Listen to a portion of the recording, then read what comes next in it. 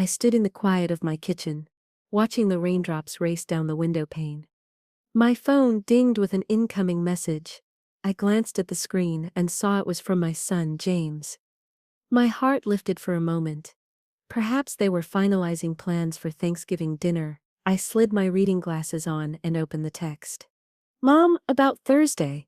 Diane's college friends are coming over for Thanksgiving instead. There won't be enough room at the table for everyone. Maybe we can do something the following weekend?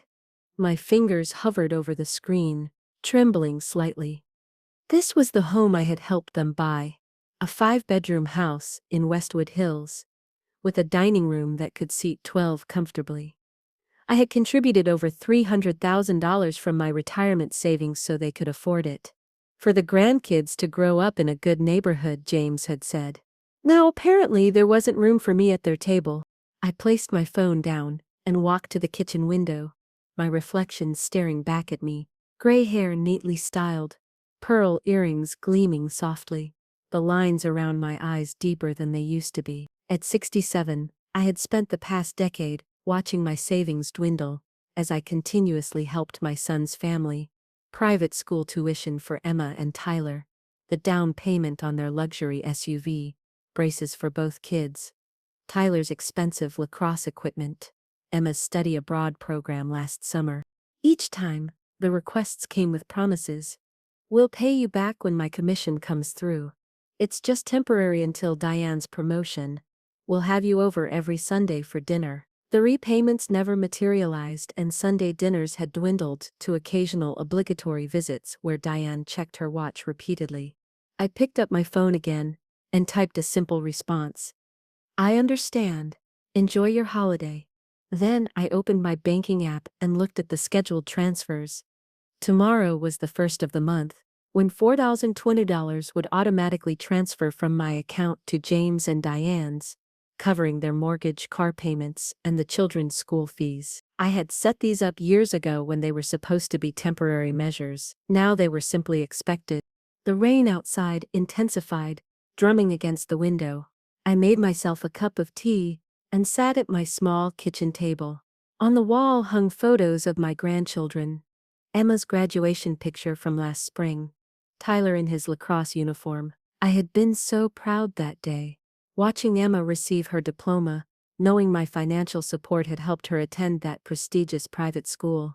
But I remembered how James and Diane had hurried me away from the after-party, saying they were meeting Emma's friends' parents for dinner. I wasn't invited to that either. My tea grew cold as I sat there, an unfamiliar feeling crystallizing within me. It wasn't anger, exactly. It was clarity. My late husband, Robert, had always told me I was too generous. Martha, he'd say, you can't buy their love. Before his death 5 years ago, he made me promise to take care of myself. Don't let them take advantage of your kind heart, were among his final words. I hadn't listened. I'd convinced myself that supporting them financially was my duty, my way of showing love. But what had it gotten me? A text message disinviting me from Thanksgiving dinner. I picked up my phone again and called my bank. After navigating the automated system, I reached a customer service representative. This is Martha Wilson. I need to cancel all my automatic transfers, please. All of them, Mrs. Wilson. You have quite a few set up. Yes. Every single one. We'll need you to come into the branch to complete this request. Would tomorrow morning work? I'll be there when you open. After hanging up, I called my attorney, Harold Bergman, who had managed Robert's estate and had been warning me about my generosity for years. Martha, nice to hear from you.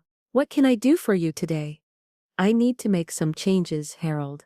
To my will, to my finances, to everything. There was a pause on the other end of the line.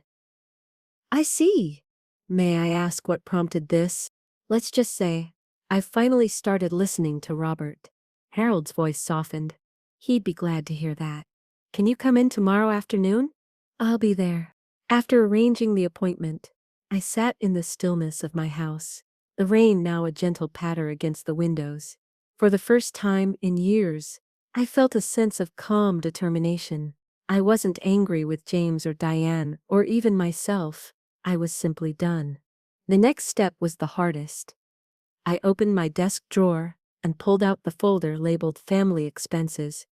Inside were neatly organized receipts and records of every dollar I'd given to James and his family over the past decade. College funds for the grandchildren, vacations, medical bills, countless emergency expenses. The total made me wince. Tomorrow would mark the beginning of a new chapter. No more automatic transfers. No more emergency bailouts. No more being the family ATM while being treated as an afterthought. I wondered how long it would take them to notice. Would they call when the mortgage payment bounced? When the private school sent a late notice? Or would they wait until they needed the next handout? As I closed the folder, my phone lit up with a text from Emma, my granddaughter. "Grandma, just heard about Thanksgiving. That's so messed up. Can I come over that day instead? I'd rather be with you anyway." A smile spread across my face. The first genuine one all day. Perhaps not everything I'd invested in had been a waste. I texted back, "I'd love that, sweetheart." I went to bed that night with a strange mix of anxiety and anticipation. Tomorrow would bring difficult conversations and uncomfortable confrontations.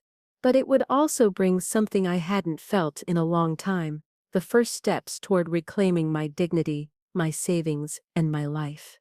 Little did I know that the financial reckoning I was about to initiate would shake my family to its core and force them to face realities they'd been avoiding for years, not just about money, but about respect, love, and what it truly means to be family.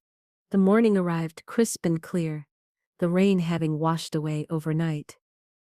I dressed with care, a navy pantsuit I hadn't worn in years, pearl earrings Robert had given me on our 30th anniversary, and a touch of lipstick. Today wasn't just any day.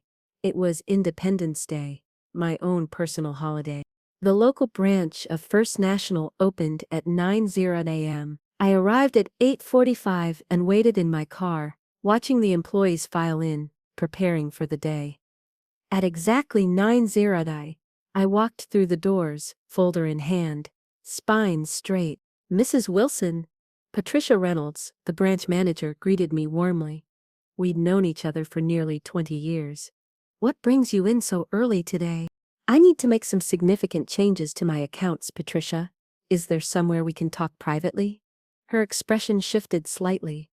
Professional concern, replacing casual friendliness. "Of course. Let's use my office." Once seated across from her desk, I opened my folder. "I want to cancel every automatic transfer from my accounts, effective immediately." Patricia nodded slowly. "I saw your call came in last night. You have," she checked her computer, 14 recurring transfers set up." 14? I hadn't realized there were that many. "Yes, monthly mortgage payment to Westwood Financial. 2 car payments to Luxury Motors. Quarterly tuition payments to Westridge Academy and St. Francis Preparatory. Monthly transfers to James Wilson and Diane Wilson's personal accounts. Insurance payments. Credit card payments for—" "Stop all of them," I interrupted, surprised by my own firmness. "Every single one." Patricia looked at me carefully. "Martha, is everything all right? This is quite a sudden change." I smiled thinly. "Everything is finally becoming all right, Patricia. I've been enabling a situation that isn't healthy for me, or for my family. It's time for that to change." She nodded. "I understand. We can take care of this right away."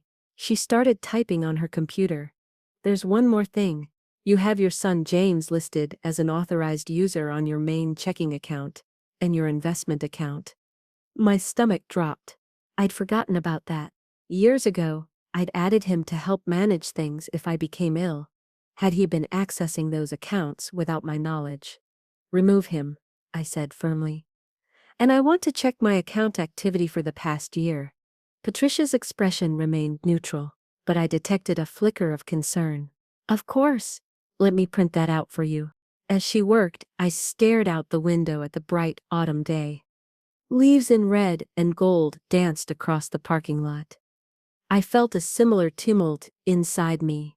Nervousness, resolve, and something else, a sense of lightness, like I was shedding a heavy coat I'd worn for too long. Patricia returned with several pages of printouts. Here's the activity for the past 12 months. I've highlighted any withdrawals or transfers that weren't part of your automatic payment setup.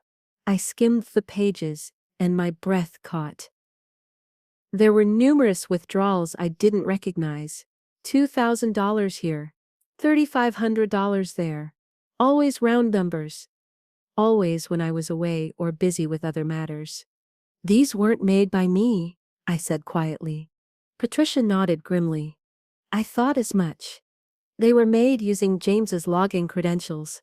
My hand trembled slightly as I calculated the total. Over $45,000 in the past year alone. Money I hadn't explicitly given him, just taken without discussion. Can we? I couldn't finish the sentence.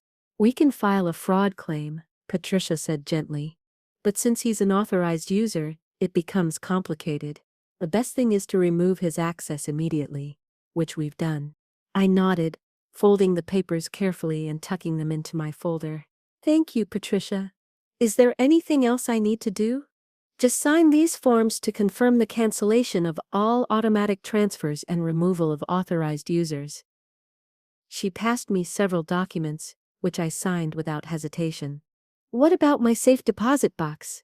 I asked suddenly, remembering that James had access to that as well. We can change the access right now, Patricia assured me. Would you like to check its contents today? I nodded, and soon we were in the vault. The box contained exactly what I expected: my important documents, some family jewelry, and the emergency cash I kept on hand. At least he hadn't gone that far.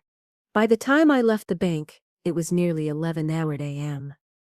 My next appointment wasn't until 2 p.m. with Harold. I decided to treat myself to lunch at Riverside Cafe, a small restaurant overlooking the river that Robert and I used to frequent. I hadn't been there since his passing. As I settled at a table by the window, I realized my phone had been silent all morning. No calls or texts from James or Diane. They hadn't yet noticed the financial disruption I'd set in motion. But they would, and soon. I ordered a glass of white wine with my meal, something I rarely did. Today felt like an occasion that warranted it.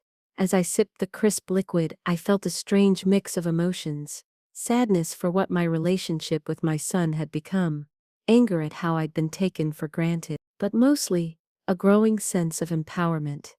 After lunch I drove to Harold Bergman's office, located in a stately old building downtown. His secretary showed me in immediately. Martha! Harold rose from behind his desk, extending his hand.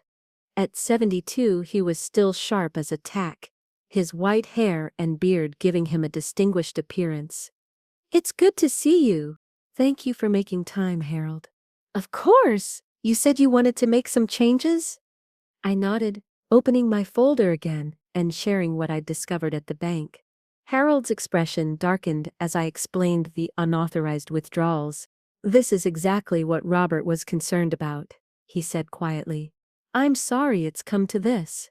I am too, but I'm ready to fix it. Harold nodded. What would you like to do? First, I want to revise my will. James was my primary beneficiary, with the grandchildren as secondary beneficiaries. I want to change that. And how would you like to restructure it? I want to set up educational trusts for Emma and Tyler that can only be used for college and graduate school. Nothing that can be accessed by James or Diane. The remainder of my estate should go to Emma and Tyler directly, but only when they reach 30 years of age. Harold made notes. And James and Diane? A token amount only. Enough to prevent them from contesting the will, but nothing more. Harold looked up from his notepad. That's a significant change, Martha. I'm also considering setting up a revocable living trust for myself, to protect my assets and ensure they're used for my benefit during my lifetime.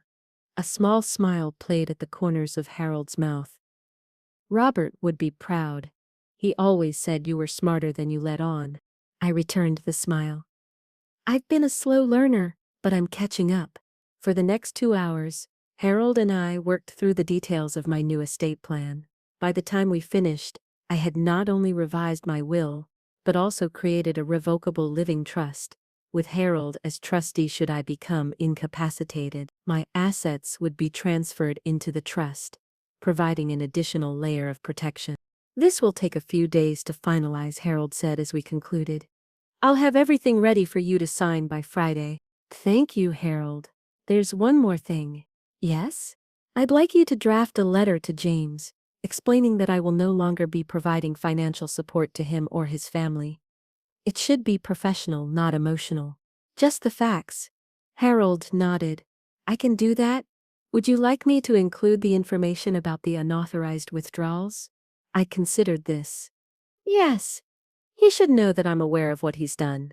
As I left Harold's office, I checked my phone. 3 missed calls from James and a text message. Mom, something's wrong with the mortgage payment. Call me ASAP. It had begun. Instead of calling James back immediately, I drove to the small park near my house. Robert and I used to walk there every evening after dinner. I found a bench overlooking the duck pond and sat down, gathering my thoughts. The confrontation that was coming would be difficult. James would be angry, hurt, possibly even vindictive.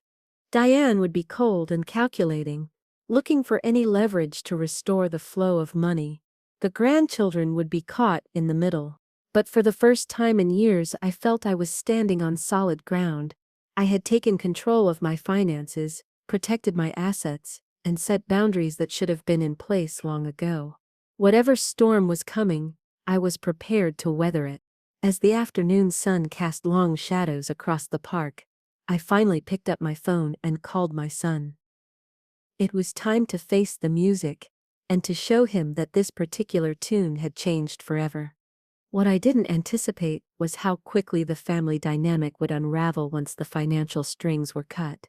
James's reaction would be explosive, Diane's manipulative tactics would reach new heights, and even my beloved grandchildren would be forced to choose sides in a battle that had been brewing for years beneath the surface of our seemingly perfect family. James answered on the first ring.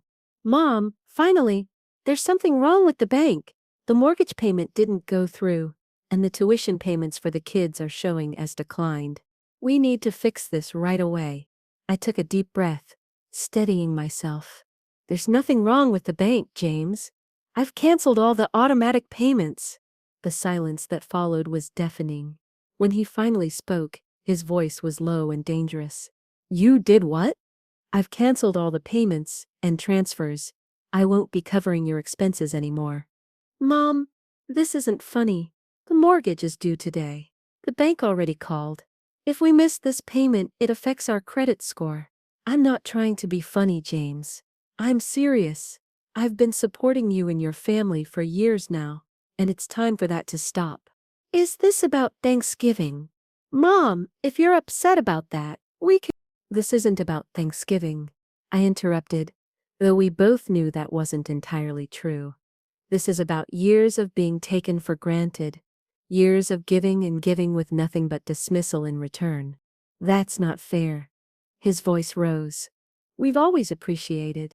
Appreciated what, exactly? The money, because you've certainly never appreciated me. When was the last time you invited me over without needing something? When was the last time you asked how I was doing? Really asked, not just as a formality before making another request. He was silent again, and I could almost see him calculating how to respond, not honestly but strategically. Mom, I don't know what's gotten into you, but we need to fix this now. We have bills due. The kids have school. You and Diane both have good jobs, James. Figure it out. We can't afford. You can't afford your current lifestyle without my help, I corrected him. There's a difference. Most people live within their means. It's time you learn to do the same. I can't believe you're doing this to us. To your grandchildren. There it was. The first attempt to use the children as leverage. I'd expected it, but it still stung. Emma and Tyler will be fine. Their education funds are secure. But you and Diane need to start making different choices. We'll lose the house, his voice cracked, a mixture of anger and panic. Then you'll lose the house, I said quietly. Or you'll find a way to make the payments yourselves. Either way, it's not my responsibility anymore. This is insane. I'm coming over right now. No, you're not, I said firmly. I won't be home anyway. I have plans this evening. Plans? What could be more important than this? Our lives are falling apart. Your lives aren't falling apart, James. Your financial cushion is being removed. There's a difference, and I've spent too many years putting your priorities ahead of mine. That ends today. I ended the call before he could respond, my heart pounding. I'd rehearsed this conversation in my head, but nothing could have prepared me for the reality of it. The hurt in James's voice, beneath the anger, the instinctive guilt his accusations triggered in me. But I held firm to my resolve. I did have plans that evening, though they were hastily made. I called my old friend Eleanor, whom I hadn't seen in months because I'd been too busy helping with the grandchildren. Eleanor? It's Martha. Are you free for dinner tonight? Martha Wilson. I was beginning to think you'd fallen off the face of the earth. Of course I'm free. What's the occasion? Liberation, I said, surprising myself with the word choice. I'll explain when I see you. We arranged to meet at Giovanni's, a small Italian restaurant downtown that had been another favorite of Robert's and mine. Before leaving the park, I turned off my phone. Whatever crisis was unfolding at James and Diane's house would have to proceed without my input. Eleanor was waiting at the restaurant when I arrived, elegant as always in a royal blue dress that complemented her silver hair. She embraced me warmly. "Look at you!" she exclaimed, holding me at arm's length. "There's something different about you today." "Is there?" I smiled, following the host to our table. "Definitely. You seem lighter somehow." Over wine and pasta, I told Eleanor everything. The years of financial support, the growing distance, the Thanksgiving text, and my decisive actions that day. She listened without interrupting, nodding occasionally. When I finished, she raised her glass. "To Martha 2.0. It's about damn time." I laughed, clinking my glass against hers. "You sound like Robert." "Robert was right. We all saw what was happening, Martha. None of us understood why you kept giving and giving when they clearly didn't appreciate it. I thought I was being a good mother. A good grandmother." Eleanor shook her head. "You were being taken advantage of. There's nothing good about that. Not for you and not for them either. You've been enabling their entitled behavior." "That's what Harold said. Harold's a smart man." Eleanor took a sip of her wine. "So what happens now?" "James and Diane will be furious. They already are. But what can they do? It's my money. They'll try to manipulate you. Use the grandchildren as pawns." I nodded soberly. "I know, that's what I'm most afraid of. That I won't get to see Emma and Tyler. Emma's 18, right? She can make her own decisions about seeing you. And Tyler will be able to soon enough." Eleanor reached across the table and squeezed my hand. "Stay strong, Martha. This is long overdue." When I returned home that evening, I turned my phone back on to find 17 missed calls. 12 from James, 3 from Diane, and 2 from numbers I didn't recognize. There were also numerous text messages, ranging from angry demands to tearful pleas. I scrolled through them without responding, then set my phone to Do Not Disturb, allowing only calls from Emma, Harold, and Eleanor to come through. Then I made myself a cup of tea, put on some classical music, Debussy, Robert's favorite, and sat in my favorite armchair with a book I'd been meaning to read for months. The house felt different somehow, more peaceful, more truly mine than it had in years. As I sipped my tea, I realized that for the first time since Robert died, I was thinking about what I wanted for my future, not just how I could support James and his family. Maybe I would take that Mediterranean cruise I'd always dreamed of, or redecorate the house, or take those art classes at the community college. The possibilities stretched before me, both exhilarating and a little frightening after so many years of putting myself last. As I drifted off to sleep that night, I knew the battle was just beginning. James and Diane wouldn't give up easily. They would use every emotional weapon in their arsenal to regain access to my finances. The coming days would test my resolve in ways I couldn't yet imagine. What I didn't know was that the very next morning would bring a confrontation that would force me to stand my ground in the face of accusations, tears, and threats that would shake me to my core. The question wasn't whether I could withdraw financial support. I'd already done that. The question was whether I could withstand the emotional warfare that was about to be unleashed against me.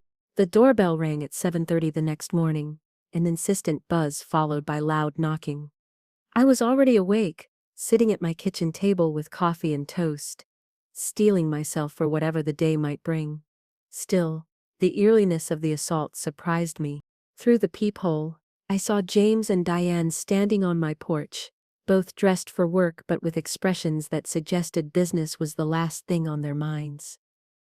I considered not answering, but that would only delay the inevitable. Taking a deep breath, I opened the door. "What were you thinking?" James burst out, before I could even say good morning. "The mortgage payment bounced. The school called about the tuition. Our credit cards were declined at dinner last night." "Good morning to you too," I said calmly, stepping back to let them enter. "I told you I was canceling the payments." "We thought you were just upset about Thanksgiving," Diane said, her voice tightly controlled but her eyes flashing with anger. "We didn't think you'd actually go through with something so drastic." I led them to the kitchen, where I resumed my seat at the table. Neither of them sat down. "It wasn't a spur-of-the-moment decision," I said. "I've been thinking about this for a long time. The Thanksgiving text was just the final straw." "Mom." James's voice took on the placating tone he used when trying to manage what he saw as my irrational behavior. "I understand you were hurt, but this affects all of us, including Emma and Tyler. They could get kicked out of their schools. The children's education funds are secure," I assured him. "I've set up trusts specifically for that purpose. But the rest, the mortgage, the car payments, your credit cards, those are your responsibility now." "How are we supposed to pay for all that on such short notice?" Diane demanded.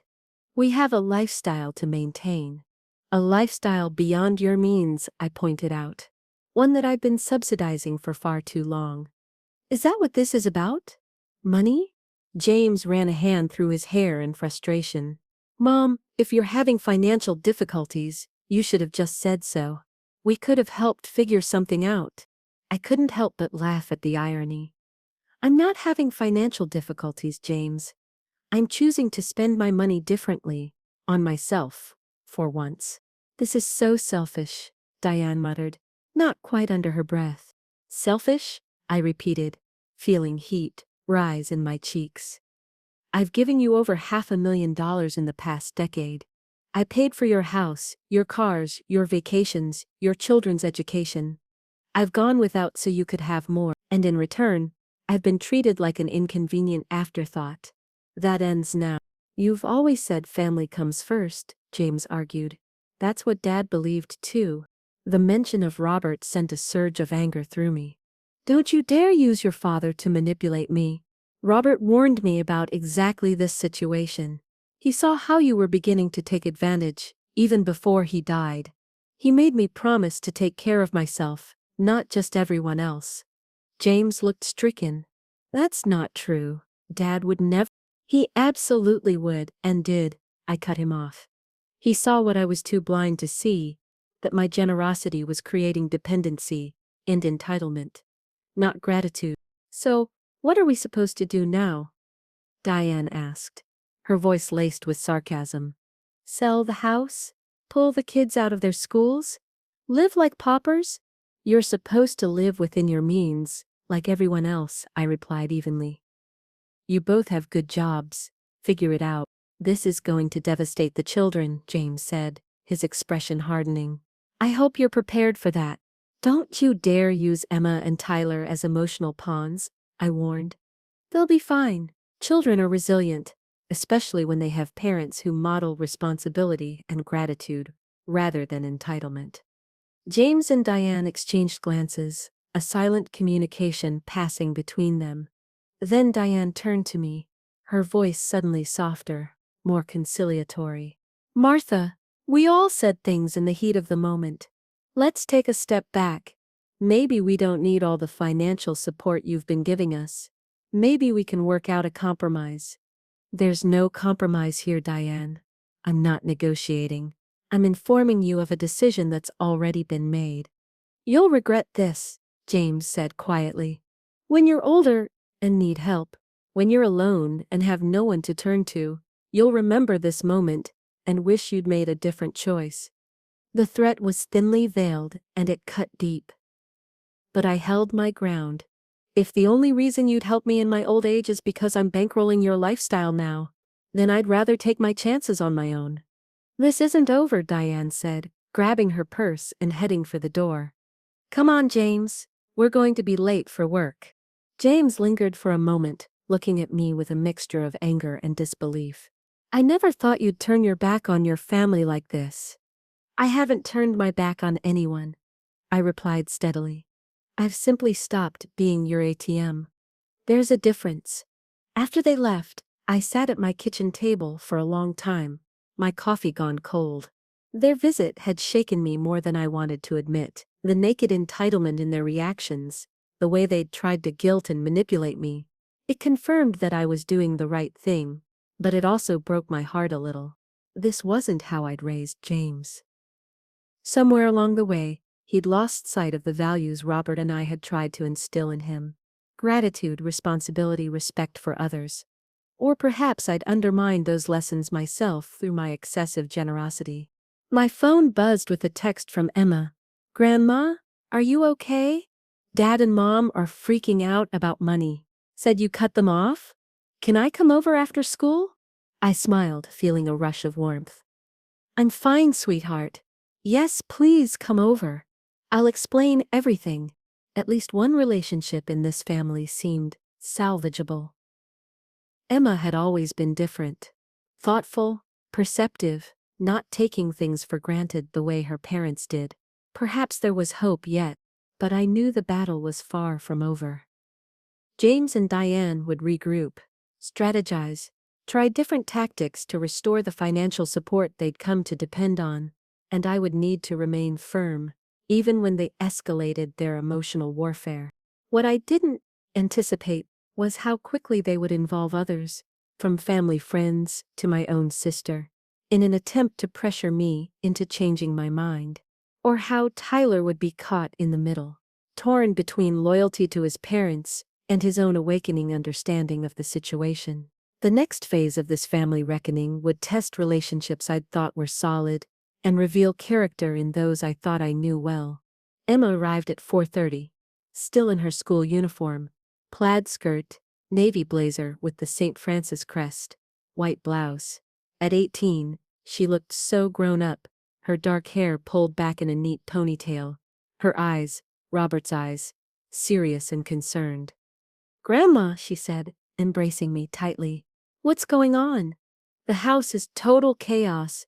Mom's been on the phone with the bank all day, and Dad keeps saying you've lost your mind. I ushered her into the living room, where I'd prepared tea and the chocolate chip cookies she'd always loved. Grandma, Emma said, taking a cookie but leaving it untouched on her plate. What's happening? Dad said. You suddenly cut them off without warning. I settled into my armchair across from her. It wasn't sudden, Emma. It's been building for years. I've been supporting your parents financially since before you were in middle school. What was meant to be temporary help became expected, then demanded. But the mortgage? Their cars? My school? Her eyes widened. They said we might have to move. Your education is secure, I assured her. I've set up a trust specifically for that. But yes, your parents may need to make some changes. They've been living beyond their means for years with me covering the difference. Emma was quiet for a moment, turning her teacup in her hands. Is this about Thanksgiving? Mom said you were upset about not being invited. That was just the final straw, I admitted. Being told I wasn't welcome in a house I helped buy. For a holiday that's supposed to be about family, it made me realize how much I've been taken for granted. I'm so sorry, Grandma. Emma's eyes filled with tears. I should have said something when they told you not to come. It didn't feel right. This isn't your responsibility, sweetheart. She shook her head. But I've seen it happening. The way they talk to you sometimes. How they only call when they need something. I just didn't realize. She trailed off, looking ashamed. Didn't realize what? How much you were giving them. I knew you helped with my school and stuff, but I didn't know you were paying for everything. I reached across and squeezed her hand. Your parents made choices about what to tell you. That's not on you. Tyler's really upset, she said, after a moment. His lacrosse coach called Dad about the unpaid fees, and now Dad's saying he might have to quit the team. I felt a pang of guilt. Tyler loved lacrosse, but I reminded myself that this wasn't my doing. It was the consequence of James and Diane's financial irresponsibility. Your parents make good money, Emma. They can afford lacrosse fees if they prioritize it over other expenses. Emma nodded slowly. Dad's talking about selling his car, and Mom's freaking out about the credit card bills. They'll adjust, I said more confidently than I felt. Most families live within their means. Your parents just need to learn how. Emma finally took a bite of her cookie, thinking, so what happens now? Are you done with them forever? Not at all. I still love your father, and I want to be part of all your lives. But going forward, it will be about spending time together, not about me funding their lifestyle. Do you think they'll change? Emma asked quietly. I hope so. Sometimes people need a wake-up call to recognize their behavior. Emma's phone buzzed repeatedly with incoming texts. She glanced at it and grimaced. That's Mom. She wants me home right away. She hesitated. They're going to ask me what you said. Tell them the truth, I said simply. That I love you all, but I'm not going to be their bank anymore. She stood to leave, then impulsively came around the coffee table and hugged me tight. I'm still coming for Thanksgiving, no matter what they say.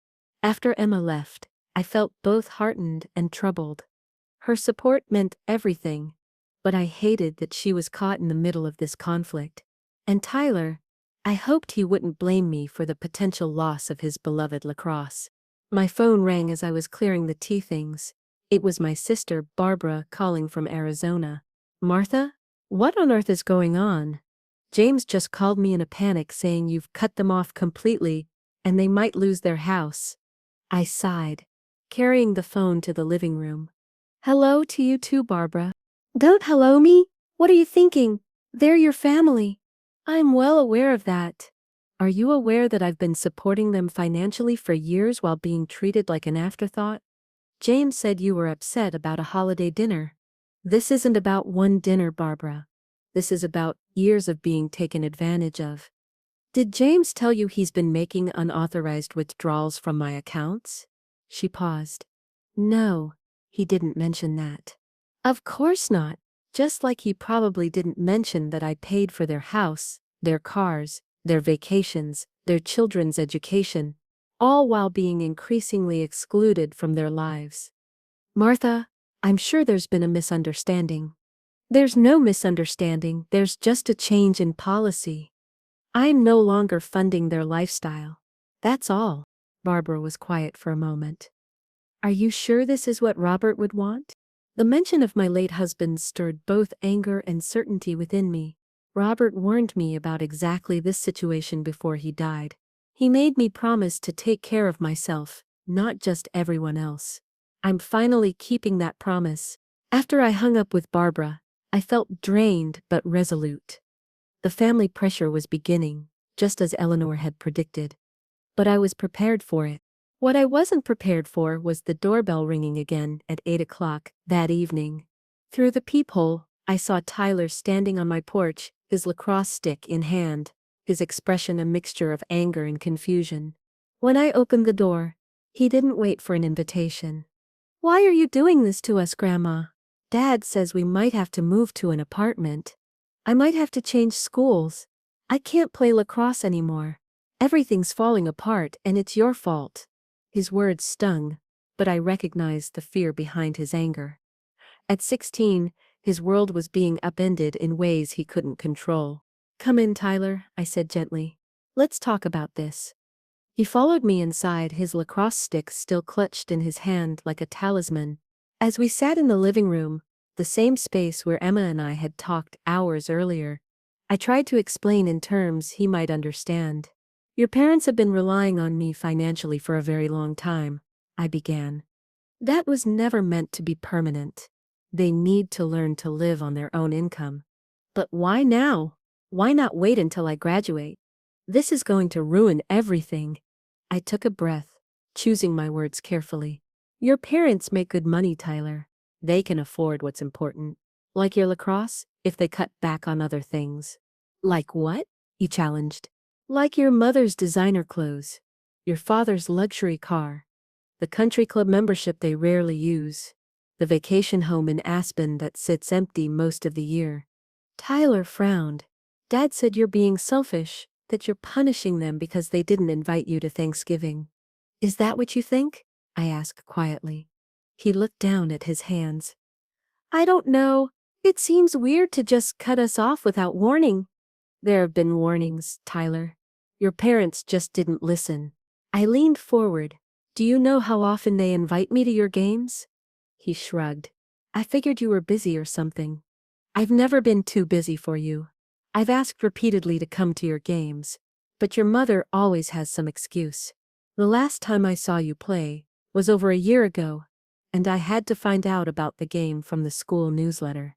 Tyler looked genuinely surprised. Really?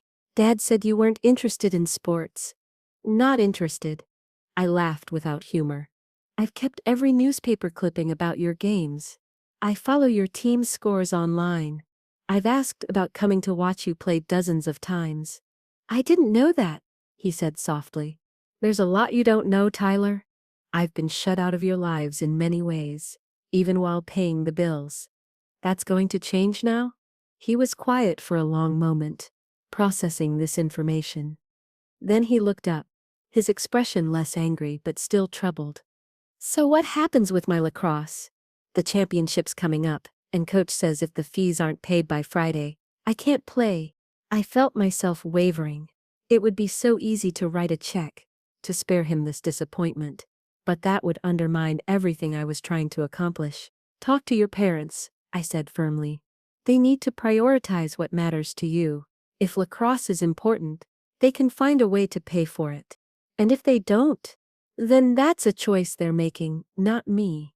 He nodded slowly, standing up with his lacrosse stick. I should go. Dad's waiting outside. Your father's here? I moved to the window, pulling back the curtain, to see James's car idling at the curb. He didn't want to come in, said it would just make things worse.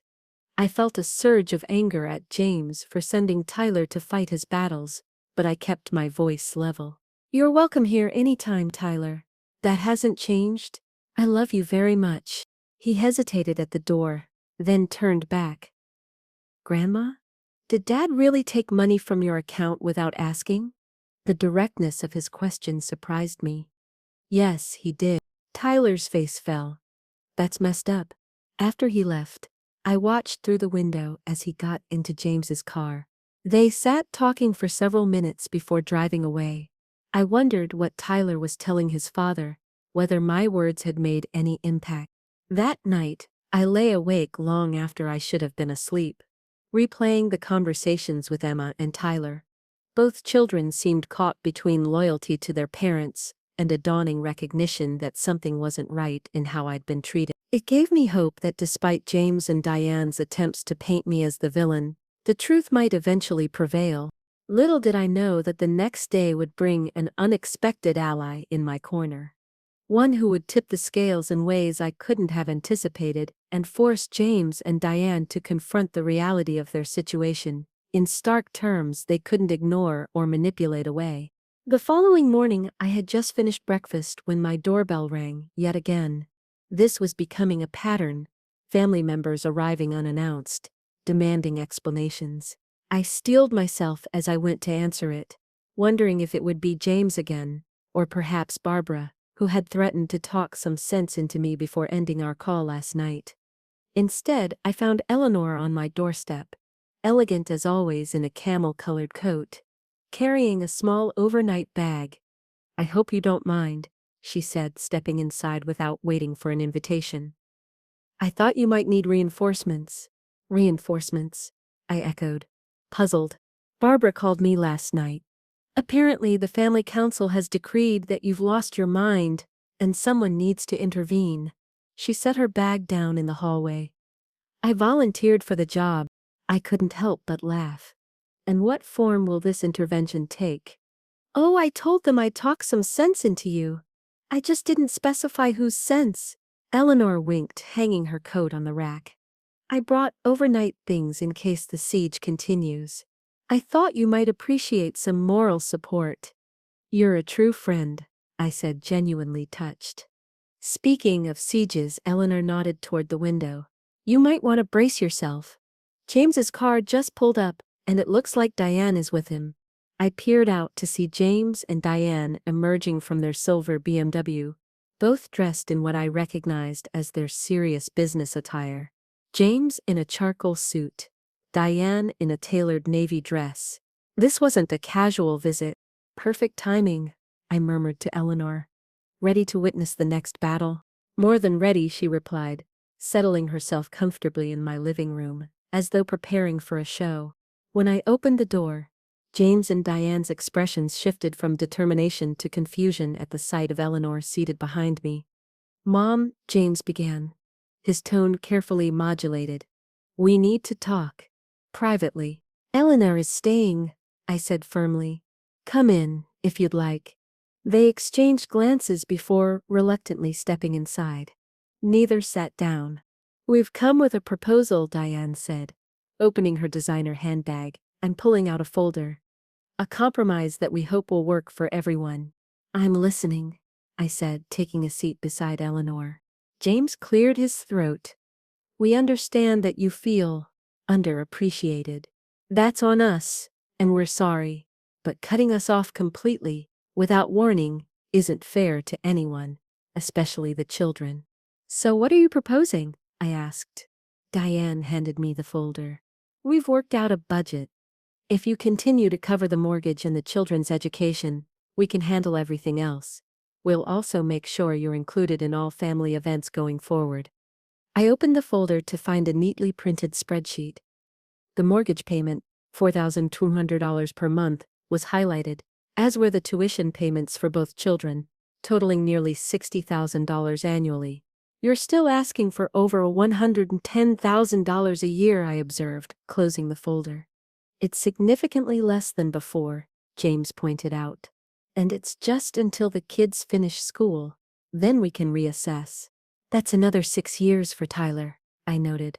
And what about after that? What's the next essential expense you won't be able to live without? Mom, be reasonable, James sighed. We're trying to meet you halfway here.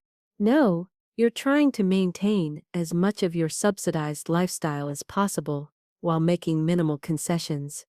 I handed the folder back to Diane. The answer is no. Diane's carefully maintained composure cracked. This is ridiculous. You have more money than you could ever spend. What are you saving it for? That's not the point, I replied calmly. The point is that you've come to expect my money as your right, not as a gift. That stops now. Martha, Eleanor interjected softly. Perhaps you'd like some tea. This conversation seems like it might take a while. Excellent idea, I agreed, grateful for the momentary reprieve. Would either of you like some? I asked James and Diane. We didn't come for tea, Diane snapped. While I was in the kitchen, I could hear the low murmur of voices from the living room. When I returned with the tea tray, the atmosphere had shifted. James looked uncomfortable, and Diane's face was flushed. Everything all right? I asked, setting down the tray. Perfectly fine, Eleanor said cheerfully. I was just sharing some observations with James and Diane about gratitude and entitlement. Fascinating topics, don't you think? James cleared his throat again. Mom, we're trying to be reasonable here. You've always said family comes first. What changed? Nothing changed, James. That's the problem. I've been putting family first for years. Specifically, your family. But I'm part of this family too, and it's time I started treating myself with the same consideration I've shown all of you. So, you're just going to let us struggle? Diane asked incredulously. Watch as we lose everything we've worked for? You haven't worked for it, I pointed out gently. I paid for it. There's a difference. We've worked hard, James insisted. Yes, you've helped us financially, and we're grateful. But we've built careers, raised the children, and lived far beyond your means, I finished for him. That's the issue here. Not your work ethic, but your financial choices. The conversation circled like this for another half hour. James and Diane alternating between guilt trips, anger, and attempts at negotiation, while I held firm to my position. Eleanor remained a silent but supportive presence, occasionally interjecting with pointed questions that James and Diane struggled to answer. Finally, James stood up, his patience clearly exhausted. This isn't getting us anywhere. You've made up your mind, and nothing we say is going to change it. That's not true, I countered. I'm open to rebuilding our relationship, just not our financial arrangement. What's that supposed to mean? Diane asked, suspiciously. It means I'd love to be invited to family dinners without an ulterior motive, to see my grandchildren regularly, to be treated as a person, not a checkbook. And in return? James asked, his tone suggesting he expected a financial concession. In return, you get a mother and grandmother who loves you, I said simply. Isn't that enough? The question hung in the air, uncomfortable in its directness. James looked away first. We should go, he muttered to Diane. We're already late for work. As they moved toward the door, Eleanor spoke up. James, before you leave, that loan application you mentioned. Do you need a cosigner? James froze, then turned slowly to face me, his expression a mixture of embarrassment and defiance. What loan application? I asked, looking between them. It's nothing, James said quickly. Just exploring options. He and Diane applied for a home equity loan, Eleanor explained, ignoring James's glare. Using your name as cosigner, without your knowledge. I felt the blood drain from my face. You did what? We were desperate, Diane burst out. The mortgage is due. The school is threatening to remove the children. Our credit cards are maxed out. So you committed fraud? I asked incredulously. It's not fraud, James insisted, though his face had paled. We were going to tell you. We just needed to get the application started. It is absolutely fraud, Eleanor said firmly. And the bank knows it. That's why they called Martha's attorney this morning. I turned to Eleanor in shock. Harold called you about this. She nodded. He tried to reach you first, but your phone was off. He knows we're friends, so he called me instead. The bank flagged the application immediately. Apparently, they've been on high alert regarding your accounts since you visited them the other day. I turned back to James and Diane, a cold anger replacing my initial shock. Get out. Now. Mom, please, James began. Get out, I repeated, my voice steady but firm.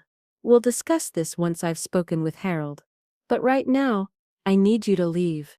For once, they didn't argue.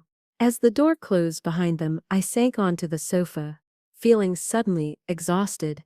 I can't believe they would go that far, I said to Eleanor, my hands shaking slightly as I reached for my tea. Can't you? She asked gently. They've been taking advantage of your generosity for years. When that well dried up, they got desperate. I nodded slowly, the reality of the situation sinking in. I need to call Harold. The conversation with Harold confirmed everything Eleanor had told me. James and Diane had indeed attempted to secure a $200,000 home equity loan, using my name as cosigner, forging my signature on the preliminary paperwork. The bank, already alerted to potential issues with my accounts, had immediately contacted Harold, who was listed as my attorney of record. I can press charges, Harold informed me gravely. This is a serious offense, Martha. No, I said immediately. They're still my family, but I need to protect myself from any further attempts. Harold agreed to send cease and desist letters to James and Diane, as well as to notify all financial institutions in the area about the potential for fraudulent applications in my name. He also suggested accelerating the trust arrangements we had discussed to further protect my assets. By the time I hung up, I felt both violated and oddly relieved. The attempted fraud was a shocking escalation, but it also confirmed that I had been right to take control of my finances when I did. Who knew what other schemes James and Diane might have concocted if I hadn't discovered their true nature? "What now?" Eleanor asked, refilling our teacups. "Now," I said with a newfound resolve, "I start living for myself, beginning with that Mediterranean cruise I've been putting off for years." Eleanor's face lit up. "Really? When?" "As soon as I can book it," I declared. "Life is too short to wait for permission to enjoy it." What I didn't know then was that my decision to finally put myself first would not only transform my own life, but would also set in motion changes within my family that none of us could have predicted. The coming weeks would bring painful revelations, unexpected alliances, and ultimately, a path toward healing that began not with forgiveness, but with truth. The next morning, I woke with a sense of purpose I hadn't felt in years. Eleanor had stayed overnight, taking the guest room that had once been filled with Emma and Tyler's things when they were younger. Over breakfast, we discussed my cruise plans. "I'm thinking 2 weeks," I said, scrolling through options on my tablet. "Starting in Barcelona, ending in Athens." "Perfect timing," Eleanor noted. "You'll miss Thanksgiving entirely." I paused, looking up. I hadn't thought of that. Emma wanted to come here for Thanksgiving. "Invite her to join you on the cruise," Eleanor suggested. "She's 18, old enough to make her own decisions." The idea was appealing, but I hesitated. I don't want to put her in an even more difficult position with her parents. "Martha," Eleanor said gently, "you can't keep making decisions based on how James and Diane might react. That's the pattern you're trying to break." She was right, of course. I'd spent years tiptoeing around their sensitivities, adjusting my life to accommodate their expectations. No more. "I'll ask her," I decided. Let it be her choice. After Eleanor left, I called the travel agency and booked the cruise, a 14-day Mediterranean voyage, departing in 3 weeks. The cost was significant, but for once I didn't hesitate or calculate how many of James's bills I could pay with the money. This was for me. Next, I called Emma, who answered immediately. "Grandma, are you okay? Dad came home last night looking like he was going to explode." "I'm fine, sweetheart. Listen, I've just booked a Mediterranean cruise that leaves in 3 weeks. It means I won't be here for Thanksgiving, but I was wondering if you'd like to join me." There was a moment of stunned silence. "A cruise? To Europe? Are you serious?" "Completely serious. 2 weeks, Barcelona to Athens, with stops in Italy, Croatia, and Greece. It would mean missing some school, but you're a senior with excellent grades. I think they'd make an exception." "Oh my God, Grandma." Emma's excitement was palpable. "I'd love to. But," her voice trailed off. "But what?" "Mom and Dad will never let me go. Especially not now with everything that's happening." "You're 18, Emma? Legally an adult. It's your decision?" Another pause. "They'd be so angry. And I live in their house, under their rules." "I understand," I said, trying to hide my disappointment. It was just a thought. "No, wait," Emma said quickly. "I want to go, I really do.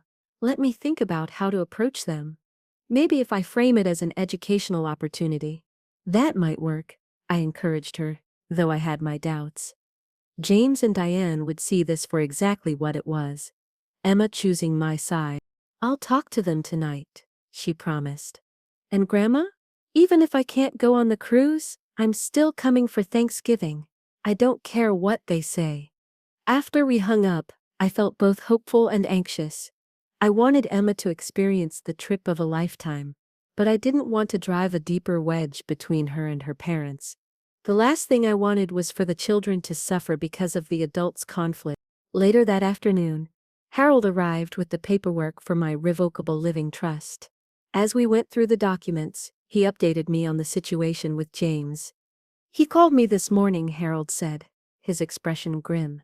He's claiming the loan application was a misunderstanding, that he thought he had your verbal permission. That's absurd, I replied. I explicitly told him I was cutting off financial support. I made that clear to him, Harold assured me. I also warned him about the potential legal consequences if anything like this happens again. He seemed to get the message. Thank you, Harold. I hate that it came to this, but I need to protect myself. Harold nodded soberly. The trust will help with that. Once your assets are transferred, they'll be much more secure from any creative attempts at access. As I signed the final documents, I felt a weight lifting from my shoulders. My financial resources were now protected, not just from James and Diane's manipulations, but for my own future needs as well. What about the grandchildren's education funds? I asked. I want to make sure those remain secure. Already taken care of, Harold assured me. The educational trusts are separate and can only be used for tuition and related expenses. James and Diane have no access to those funds. That evening, as I was preparing a simple dinner for myself, the doorbell rang. I approached cautiously, checking through the peephole before opening the door. It was Tyler alone this time, looking uncertain and a bit sheepish. "Hi, Grandma," he said as I opened the door. "Can I come in?" Of course. I stepped aside to let him enter. "Everything okay?" He shrugged, following me to the kitchen. "Not really. Dad's been on the phone with lawyers all day. Mom keeps crying. It's pretty tense at home." "I'm sorry to hear that," I said, genuinely concerned. "Are you hungry?" "I was just making dinner." "Starving," he admitted. "Mom forgot to go grocery shopping, and there's not much in the house." As I added another chicken breast to the pan and set out an extra plate, Tyler sat at the kitchen counter, watching me cook. "Dad says you're pressing charges against him," he said finally. "For fraud or something." I turned to face him. "That's not true, Tyler. Your father attempted to take out a loan in my name without my permission. That's illegal. But I've chosen not to press charges." Tyler's eyes widened. "He really did that?" I nodded. "I'm afraid so. That's crazy," he muttered. "No wonder he's been talking to lawyers." "I'm not pressing charges," I repeated. "But I have taken steps to protect myself from any further attempts." Tyler was quiet for a moment, absorbing this information. "Coach says I can stay on the team," he said eventually. Changing the subject, "Dad found the money for the fees somehow." "I'm glad to hear that," I said sincerely. "I know how much lacrosse means to you." "Yeah, well, he had to sell his golf clubs and some of his watches." Tyler didn't sound particularly sympathetic. "Mom's furious about it. Says it's humiliating." I kept my expression neutral as I served dinner. Sometimes we have to make choices about what's most important. Tyler picked up his fork, then set it down again without eating. "Grandma, can I ask you something?" "Of course. Is it true you invited Emma on a cruise to Europe?" I hesitated, wondering how he had heard about it. "Yes, I did. I've booked a Mediterranean cruise that leaves in a few weeks." "And you didn't invite me?" His voice held more hurt than accusation. "Oh, Tyler," I said, surprised by his reaction. "I didn't think you'd be interested, and with school and lacrosse." "So, I'm just the jock who doesn't care about Europe," he challenged. "While Emma's the smart one who deserves trips?" "That's not it at all," I assured him. "I just thought, with the championship coming up." "The championship's next weekend. The season's almost over." He looked down at his plate. "I've always wanted to see Europe." I felt a pang of guilt. Had I been typecasting my grandchildren, assuming Tyler wouldn't be interested in cultural experiences? Had I been giving Emma preferential treatment without realizing it? "Tyler, I'm sorry. I should have asked you too. Would you like to come on the cruise?" He looked up, his expression brightening. "Really?" "Really?" I confirmed. "There's plenty of room in my suite, and I'd love your company." "That would be awesome." His enthusiasm was genuine, then his face fell again. "But Dad would never let me go. Not with everything that's happening." "Let me worry about that," I said, surprising myself with my determination. If you want to go, we'll find a way to make it happen. As we ate dinner, Tyler opened up more about the situation at home. The financial strain was taking a toll on everyone. James and Diane were fighting constantly. Bills were piling up. There had been talk of selling the house, though no concrete steps had been taken yet. It's weird, Tyler said, helping himself to seconds. They always acted like we were so rich. Designer clothes, fancy vacations, new cars every couple of years. Now they're freaking out over the electric bill. Your parents have been living beyond their means for a long time, I explained gently. They have good incomes, but their spending habits exceeded what they could actually afford.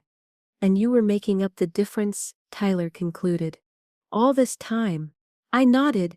I wanted you all to be happy. I thought that meant giving you everything you wanted. But it didn't work, Tyler said thoughtfully. They just wanted more and more.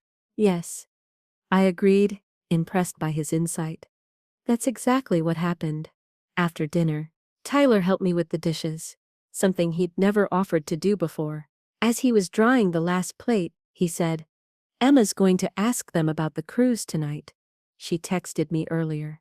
And how do you think they'll react? He shrugged. They'll say no. They're pretty mad at you right now. I'm not surprised, I acknowledged. But, Tyler continued with a hint of mischief in his eyes. Emma's 18. She can do what she wants. And I'm almost 17. I could just go. Tyler, I said warningly, I don't want to encourage you to defy your parents. Even if they're being unreasonable?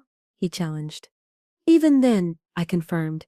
If you want to come on the cruise, we'll approach them properly. Together.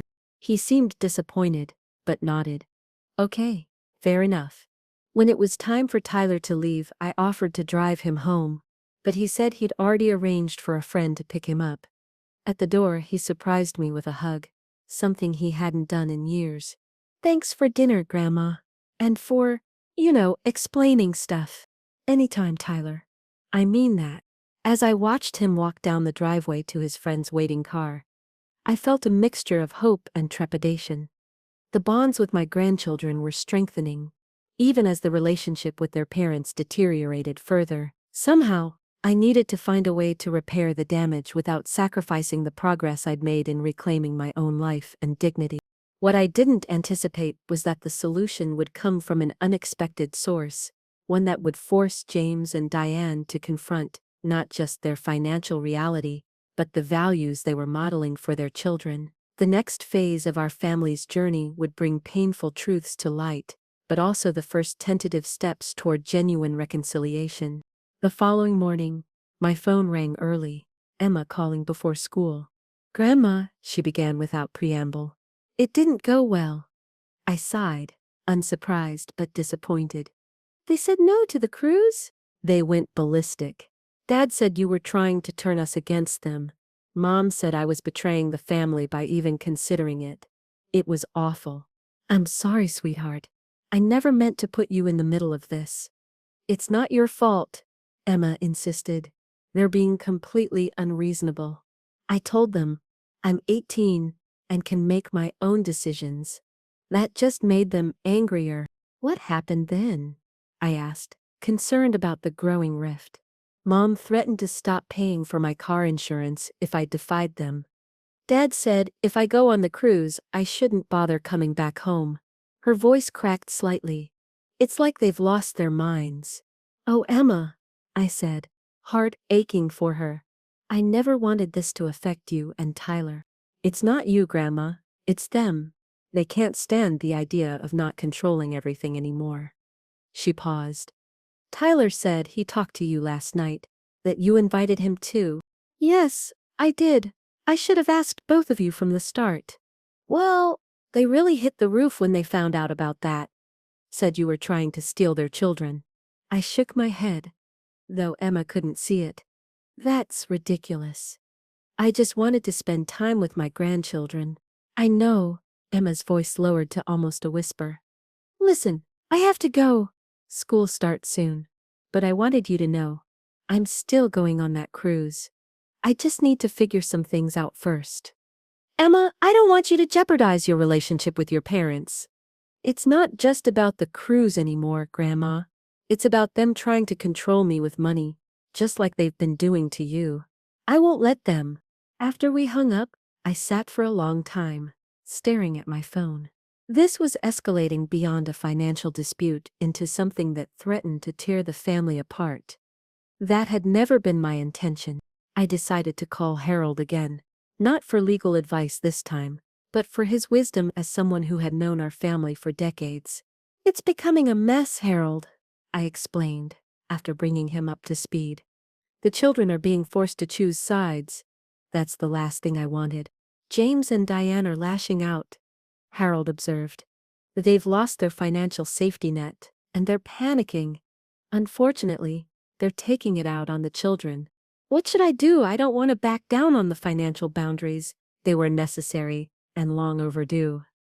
But I don't want the children caught in the crossfire, I explained to Harold. Harold was quiet for a moment.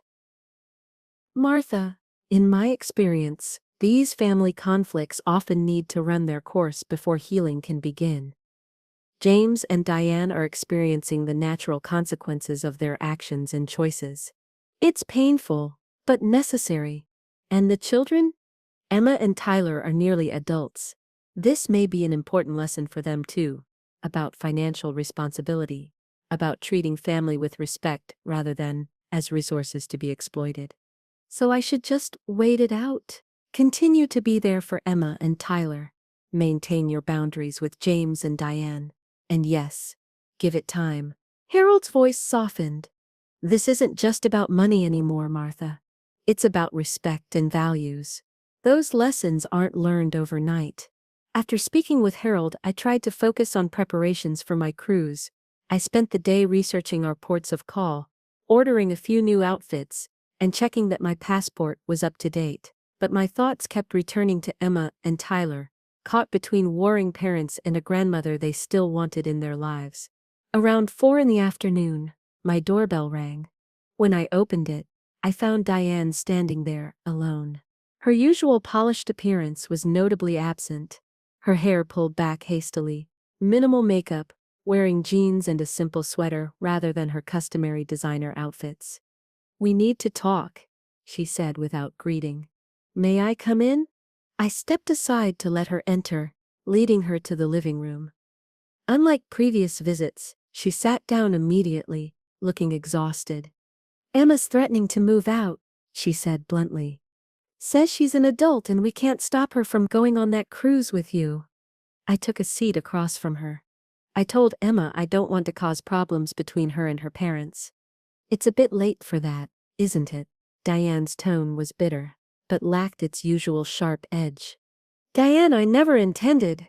"Save it," she interrupted, raising a hand. "I didn't come here for apologies or explanations. I came to negotiate. I've already told you I won't be continuing the financial support. This isn't about money. At least, not directly." She took a deep breath. "It's about the cruise, and the children." I waited, saying nothing. "Emma is determined to go with you. Tyler too, apparently, though he hasn't been as vocal about it. James and I." She hesitated, seeming to choose her words carefully. "We don't want to lose our relationship with our children over this. I would never encourage them to cut ties with you," I assured her. "Maybe not intentionally." Diane looked me directly in the eyes. "But that's what's happening. Emma barely speaks to us. Tyler locks himself in his room. And now they both want to sail off to Europe with you. What are you proposing?" I asked cautiously. "A truce," she said simply. "You can take them on the cruise, we won't object. But in return you help us rebuild this family. Help us find a way forward that doesn't leave everyone bitter and estranged." I studied her face, looking for signs of manipulation or hidden agendas. But all I saw was fatigue and something I'd rarely witnessed in Diane: vulnerability. "Why the change of heart?" I asked. She looked down at her hands. "James's sister called last night. Apparently you've been talking to Barbara." I nodded. "She called me, concerned about the situation. Well, she gave James an earful, told him he was acting entitled and ungrateful, said their parents would be ashamed. Diane's voice was flat, recounting rather than emoting. It hit him hard.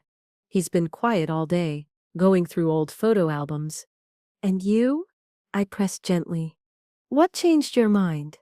Diane was silent for a long moment. I had a long talk with Emma this morning. She told me things I didn't know. About how you felt excluded. About invitations withdrawn or never extended. About your attempts to be part of their lives being rebuffed. She looked up at me again. I didn't realize. Or maybe I didn't want to. It wasn't all your fault, I acknowledged. I should have spoken up sooner, set boundaries earlier. Maybe, she conceded. But that doesn't excuse how we treated you. She stood up suddenly. Look, I'm not good at this.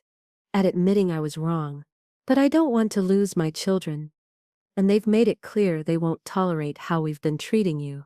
So where do we go from here? I asked. The cruise happens, with your grandchildren if they want to go. When you all return, we start fresh. Family dinners. Real ones, where you're actually welcome. Maybe some financial counseling for James and me. This last part seemed particularly difficult for her to say. That sounds reasonable, I agreed cautiously. But Diane, this has to be genuine, not just another strategy to eventually regain access to my finances. I understand why you'd think that, she said, her voice tight. But this isn't about money anymore. It's about family, about not losing my children because I've been difficult. Difficult seemed a mild term for her behavior over the years. But I appreciated the effort it must have taken her to come here, to make even this small admission. All right, I said. Let's try it. But Diane, I need you to understand. The financial boundaries remain. I'll be a grandmother, not a bank. Understood, she said, moving toward the door. I'll let Emma and Tyler know they have our blessing for the cruise. And thank you. After she left, I sat in stunned silence. Of all the scenarios I'd imagined, Diane extending an olive branch hadn't been one of them. I was hopeful but wary. Years of manipulation had taught me caution. Still, if there was a chance to heal the family without sacrificing my hard-won boundaries, I had to try. Later that evening my phone rang. Emma again. Grandma, Mom came to see you. She told us we can go on the cruise. Her excitement was palpable. Yes, she did, I confirmed. She seems to be reconsidering some things. It's so weird, Emma said. She and Dad had this big fight last night after his sister called. Then this morning, Mom actually sat down and listened to me, like really listened, when I told her how unfair they've been to you. I've never seen her like that before. People can surprise us, I said cautiously. Sometimes they need a wake-up call. So it's really happening? The cruise? Tyler's bouncing off the walls with excitement. Yes, it's happening, I confirmed, smiling at the joy in her voice. We'll need to get Tyler's passport right away and sort out the paperwork for both of you to miss school. I'll handle all that, Emma promised. And Grandma? Thank you. Not just for the cruise, but for everything. For standing up for yourself. I think it's finally making Mom and Dad see things differently. After we hung up, I found myself hoping she was right. Could this conflict, painful as it had been, actually lead to positive changes in our family dynamic? I wasn't naive enough to believe everything would suddenly be perfect, but perhaps we'd taken the first step on a path toward something healthier, a family based on mutual respect rather than financial dependency. The next 3 weeks passed in a flurry of preparations. Tyler got his passport expedited with my help. Emma arranged for her assignments to be completed in advance. I bought them both some travel essentials and helped them research our destinations. James remained distant, communicating only through brief texts about practical matters related to the children's travel. Diane, surprisingly, made more of an effort, even stopping by once with travel guides she thought might be useful. The tension was still there, but less acute than before. The day before our departure, I invited Emma and Tyler over for dinner. As we ate, I could see their excitement building. I can't believe we leave tomorrow, Tyler said, helping himself to seconds.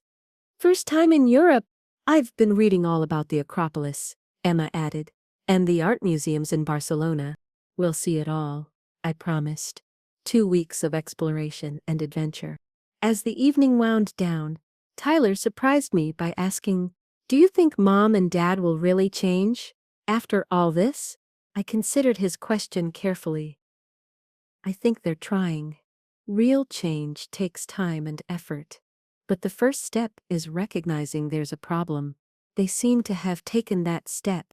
They've been different since that night Aunt Kate called, Emma observed. Dad's been cleaning out closets, selling stuff. Mom actually made dinner twice this week instead of ordering in. Small steps, I acknowledged. They're talking about selling the house, Tyler added, getting something smaller. How do you feel about that? I asked, watching their reactions. Emma shrugged.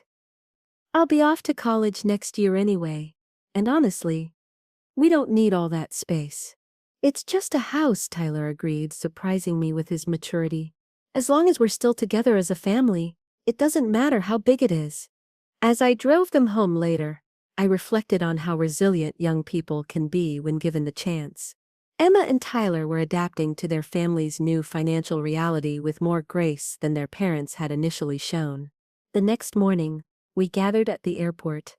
Emma and Tyler with their carefully packed suitcases, me with the experience of a traveler who had waited too long to fulfill her dreams. James and Diane came to see us off, maintaining a strained politeness that was nevertheless an improvement over the hostile confrontations of weeks past. Have a wonderful time, Diane said, hugging her children. To my surprise, she gave me a brief, awkward hug as well. Take care of them. I will, I promised. James hung back, less comfortable with the situation. He shook my hand formally. Safe travels, Mom. Thank you, James, I hesitated, then added, we'll send pictures. He nodded. I'd like that. As we walked toward security, I glanced back to see James and Diane standing together, watching us go. There was sadness in their posture, perhaps regret, but also something else, a resignation that suggested they were finally accepting the new reality. The Mediterranean was everything I'd dreamed of, and more. The azure waters of the Spanish coast, the historic streets of Rome, the breathtaking beauty of Santorini. Through it all, Emma and Tyler were perfect travel companions, enthusiastic, curious, appreciative of every experience. We sent regular updates to James and Diane, photos of Tyler standing awestruck in the Colosseum, Emma sketching at a cafe in Dubrovnik, the three of us smiling with gelato in Venice. Their responses were polite, occasionally even warm, asking about our adventures and sending news from home. On our final night aboard the ship, as we sailed toward Athens, the three of us sat on our balcony, watching the stars reflect on the dark sea. I don't want this to end, Tyler said softly. Me neither, Emma agreed. This has been the best 2 weeks ever. It doesn't have to end entirely, I told them. The travel, yes, but not the connection we've rediscovered. We can maintain this back home. Do you think Mom and Dad will really keep their promise? Tyler asked. About family dinners and stuff? I hope so, I said honestly. But even if they struggle, you two are old enough now to make your own choices about spending time with me. Absolutely, Emma said firmly. No more letting them control everything. This isn't about taking sides, I cautioned. It's about building healthy relationships with boundaries and respect. They both nodded, understanding dawning in their young faces. You know, Emma said, thoughtfully. I used to think wealth was about having things, big houses, fancy cars, expensive clothes. But this trip has taught me it's really about experiences, about connections. That, I said, hugging her close, is the most valuable lesson of all. As our ship docked in Athens the next morning, I felt a sense of completion, not just of our journey, but of a personal transformation that had begun with a simple text message disinviting me from Thanksgiving dinner. I had reclaimed my finances, my dignity, and most importantly, my role in my grandchildren's lives. The journey home was long, but filled with anticipation. What would await us? Had James and Diane truly begun to change, or would old patterns reassert themselves once we returned? James and Diane were waiting at the airport when we arrived, holding a handmade sign that read "Welcome home, travelers." A small gesture, but one that suggested effort and thought. "You all look different," Diane observed as we collected our luggage. "Tanned, relaxed, happy." "It was amazing," Tyler enthused, launching into stories of our adventures as we walked to the car. At home, James and Diane's home, where they'd invited us for dinner. The table was set nicely, with flowers and candles. The meal wasn't elaborate, but it was prepared with care. Throughout the evening, I watched James and Diane closely, noting the subtle changes in their behavior. James making eye contact when he spoke to me, Diane actually asking questions about our trip and listening to the answers. After dinner, when Emma and Tyler were showing their parents' photos on their phones, James asked if he could speak with me privately. We stepped out onto the back porch, the autumn air crisp around us. "Mom," he began, clearly uncomfortable but determined. "I owe you an apology, a real one, not just words to smooth things over." I waited, giving him space to continue. "What I did, what we did, was wrong.